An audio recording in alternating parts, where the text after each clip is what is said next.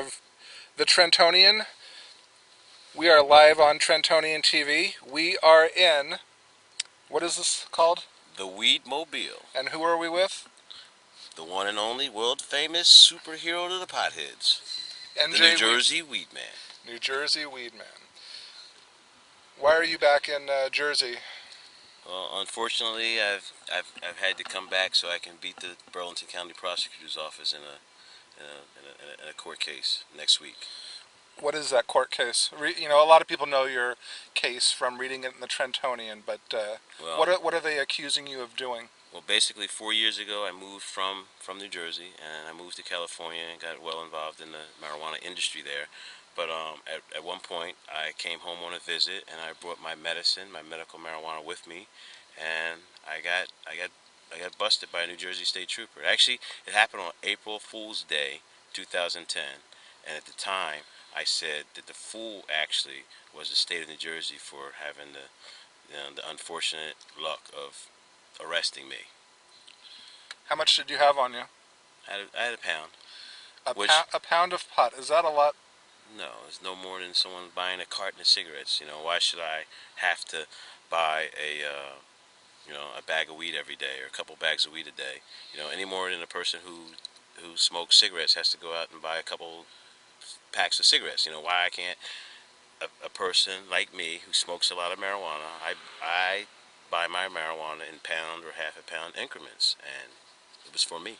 So let's back up a little bit. You're in California. Where did you grow up in Jersey? I grew up in Sicklerville, mostly in Camden County. Okay, so you go out to California a couple years ago to do what? To open a medical marijuana dispensary. And it's legal out there. It's a flourishing business. Everyone and their mother has a pot, medical marijuana business. 800 medical marijuana facilities in LA County alone. There's thousands of them throughout the state.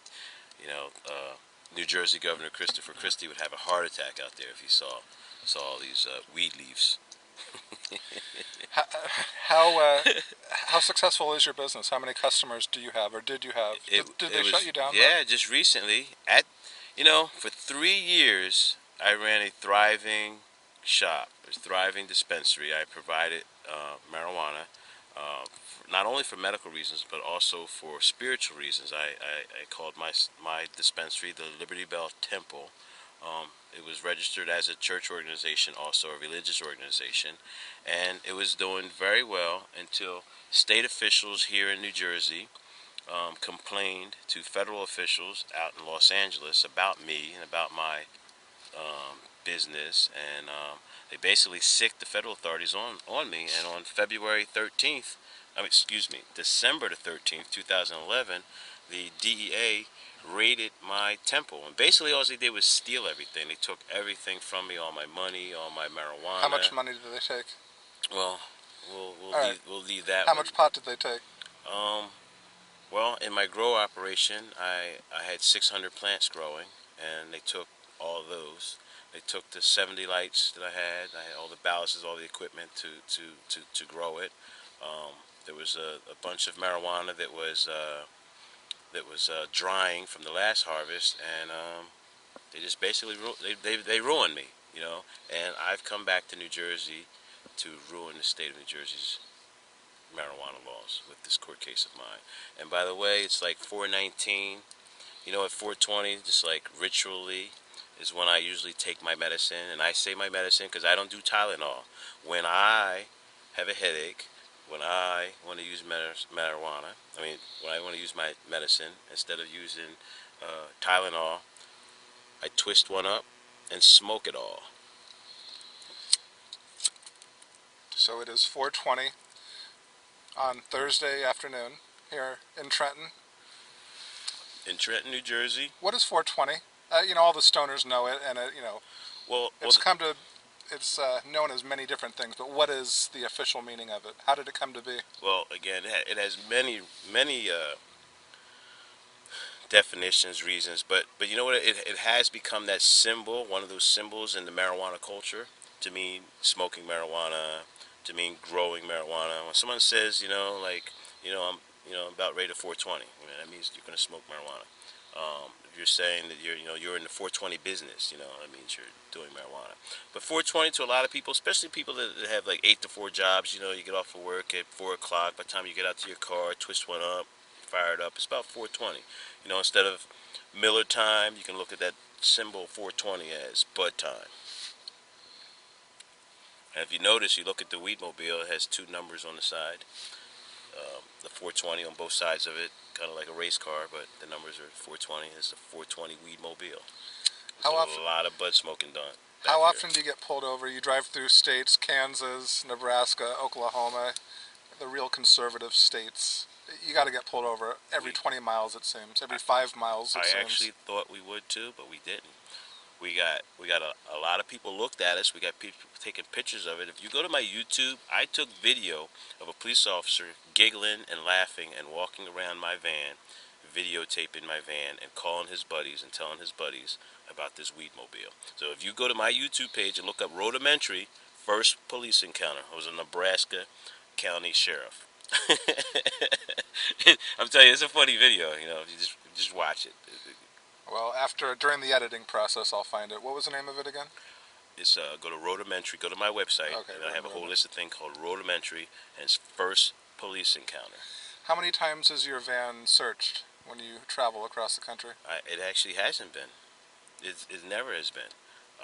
Also, we had an incident in Chicago where the police also showed up because someone called the police and said there's a Weedmobile at Starbucks, which is funny. Hey, we need our munchies too. Anyway, the police showed up. They looked at it.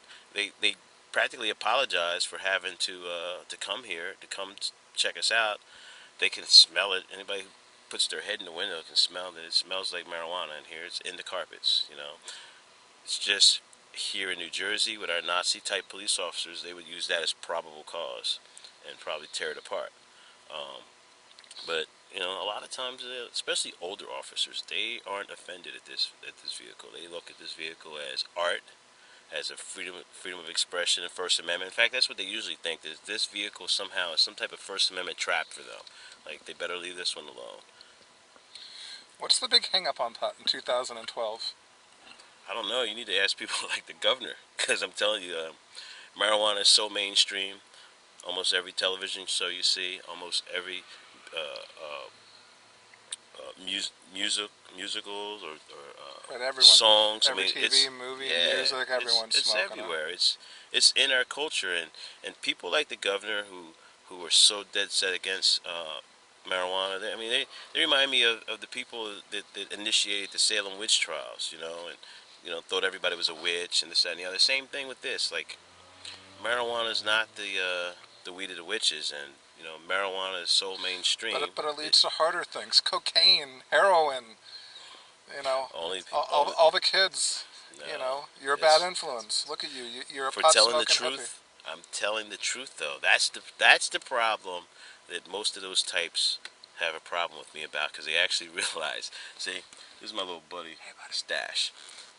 They have a problem that everything I say is actually the truth. When I talk about marijuana, I'm telling the truth. It's the government that lies. When you hear people say that marijuana is a gateway to this, that, and the other, they're lying. When you hear the government saying that marijuana is dangerous, they are lying. When you hear the governor of New Jersey saying that marijuana somehow can cause this and that problem, he's lying. They're just, it's not true. Marijuana is one of the greatest therapeutic substances on the planet. It makes you feel good, and it helps you with many, many, many therapeutic issues. Newer generations of kids, youngsters, are becoming the politicians of tomorrow. Realistically. Hold on a second. Let me get that out. Sorry about that. Realistically, how long before it's just acceptable and every state's going to have medical marijuana and you'll be able to actually go and buy it on the corner, and it's going to be 20 years? Is it still 80 years down the line? I think nationally, morally, amongst the people, it's already there. It's already acceptable. It's just going to take a little while for the laws to catch up. Right now, we have 15 states that have legalized marijuana for medicinal reasons. The District of Columbia, right there in the nation's capital, there are dispensaries dispensing marijuana. It is there. I believe that very soon, within the next 5 years or so, there will be headlines. I think that there will be a headline in Trentonian saying marijuana is now legal.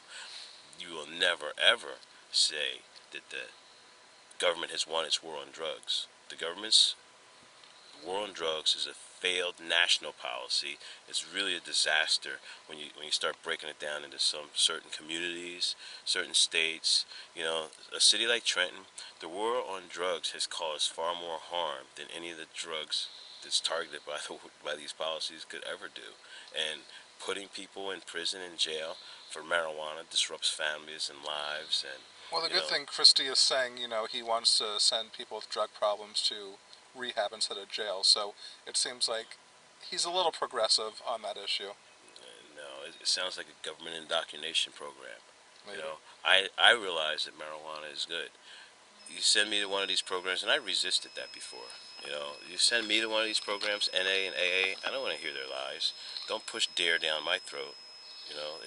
What's the difference between the Americans, sending people to drug programs and the Chinese that's sending people to re-education programs? There's nothing. There's no difference. So there's a Sarah Berlinger. I don't know if you know her. She wants a big shout out right now. Maybe a big toke. She might be tweeting to us, or she might be on our Facebook page. I hope she's at least smoking. What's up there, Sarah? How are you? You're gonna represent yourself at your case. What is your strategy? Well, A, do you plan to win? But yeah. B, how do you plan to win? Well, I plan on utilizing jury nullification. What does that mean? Jury nullification is a concept. It's a legal doctrine where the jury can judge a law as well as the facts. The jury can utilize its own conscience to render a verdict that's in compliance with the principles of freedom. A jury can say anything it wants. And I want to tell the truth to the jury. I just want to present the truth that the law is wrong and not I. And that's clearly what's going on here. The governments are inflicting this law, these marijuana laws on us, and I think that on my jury, that there is going to be at least one juror who will feel the same way I do and say not guilty.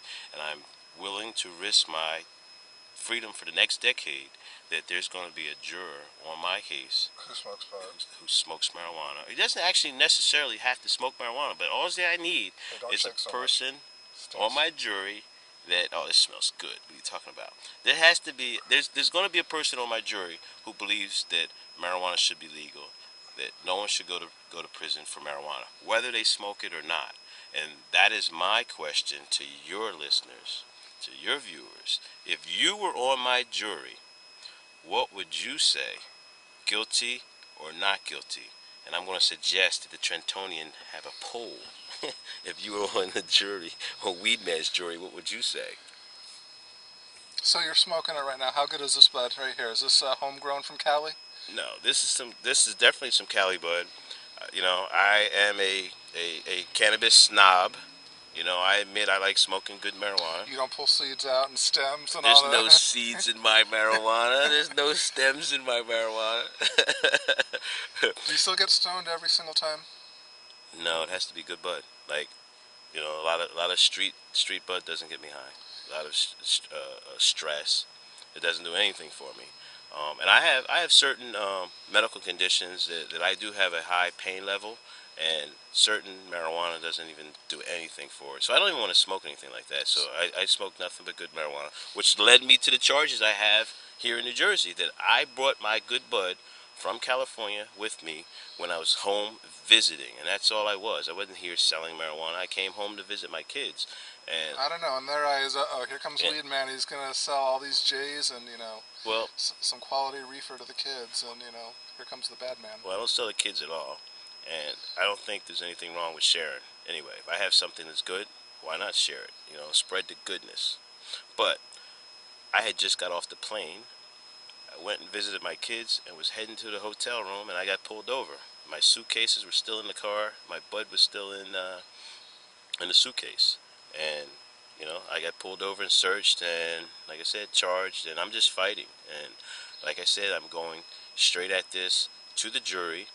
I believe that there's going to be a juror on my case that's going to say not guilty. I'm representing myself so that I can pick my own juror. I'm representing myself so I can give my own opening and closing statements. Didn't the judge say you can't do that, though? Oh, but he lost. I filed a motion for reconsideration. I showed him clear examples of how the United States Supreme Court has consistently held that a defendant can represent himself.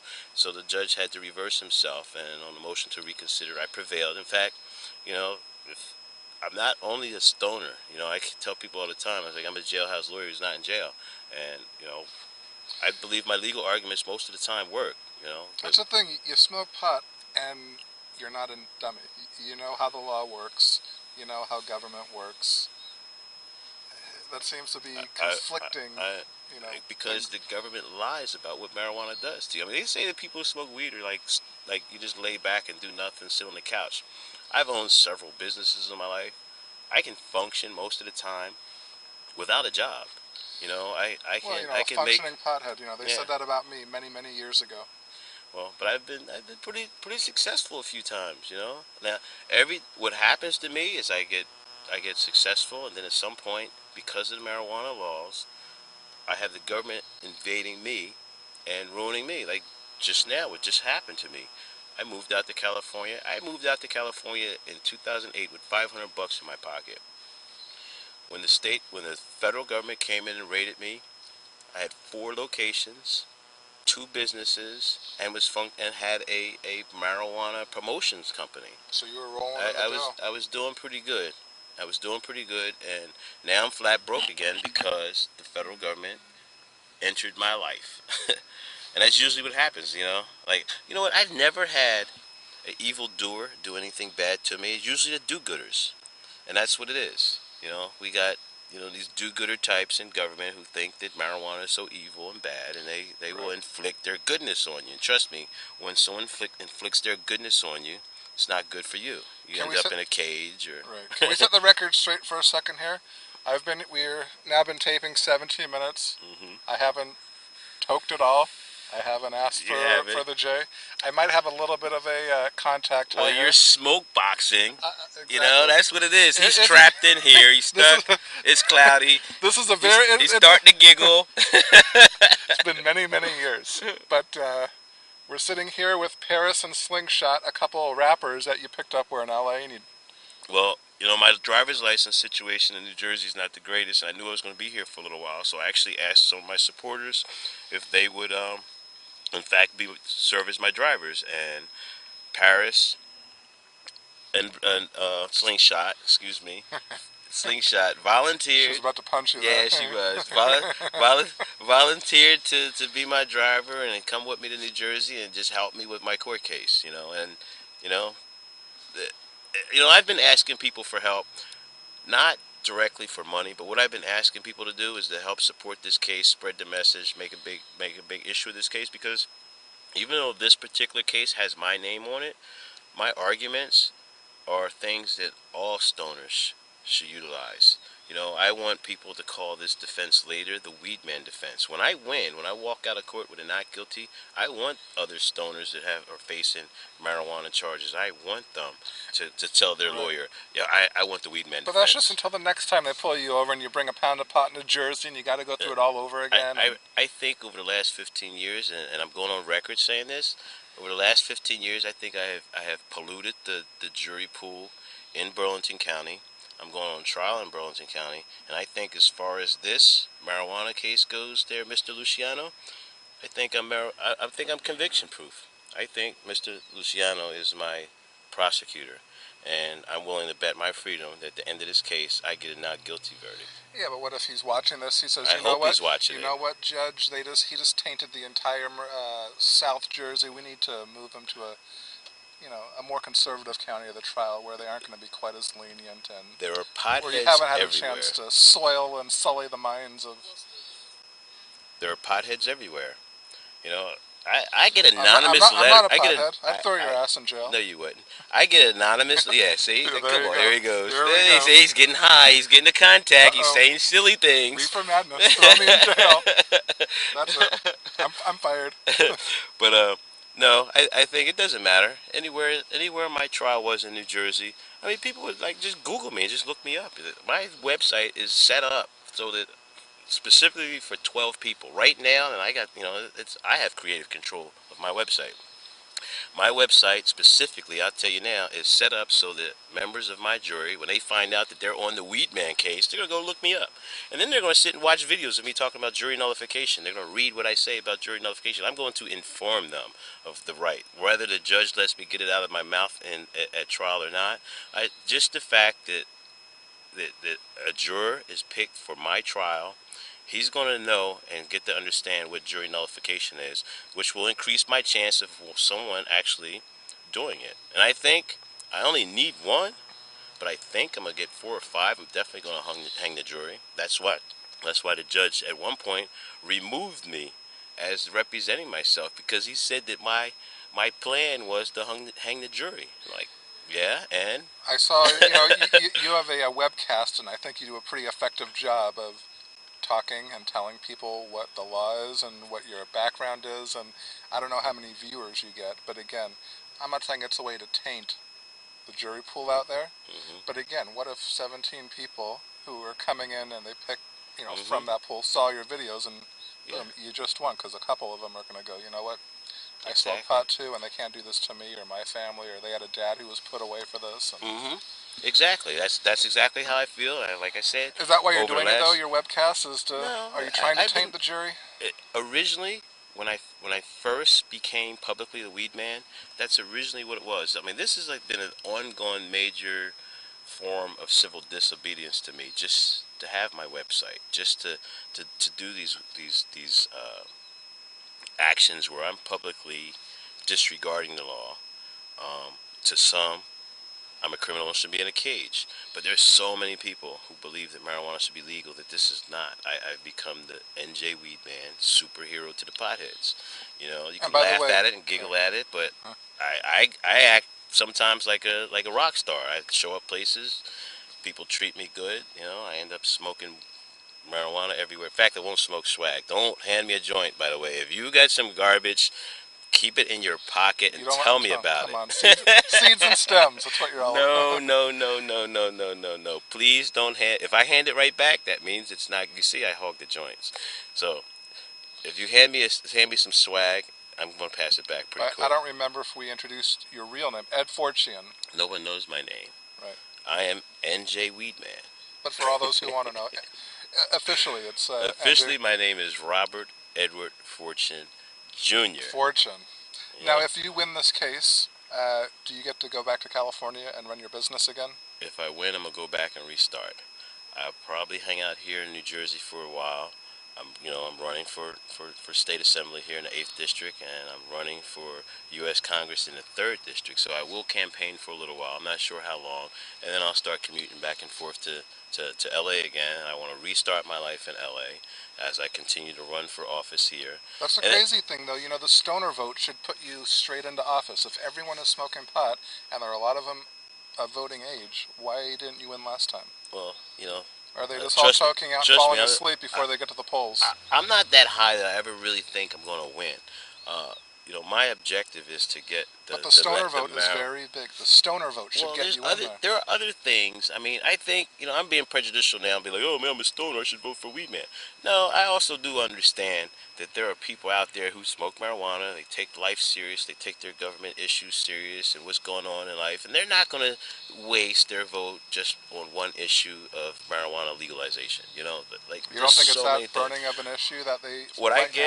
What I get though is I get these people who've never voted, and then they see my actions and they decide to cast a vote just in support of me. I got 10,000 votes, over 10,000 votes the one time I ran for Senate. You think all 10,000 of them were tokers? I think most of them were, and I get a lot of people to say, hey, I've never smoked, but you know what? I believe in what you say, so I voted for you.